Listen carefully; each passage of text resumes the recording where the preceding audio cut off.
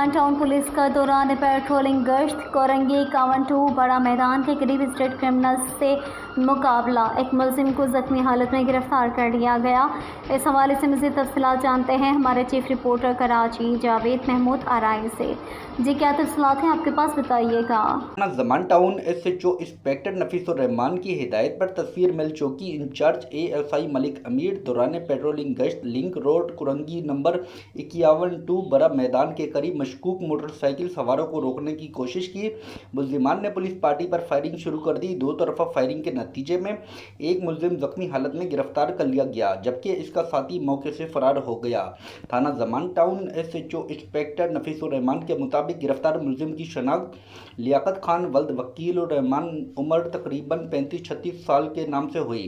گرفتار ملزم کے قبضے سے ایک عدد پستول 9mm بمر راؤنڈ اور 2 عدد موبائل فون برآمد کر لیے گئے۔ زخمی ملزم کو علاج معالج کے لیے جناح ہسپتال منتقل کیا گیا۔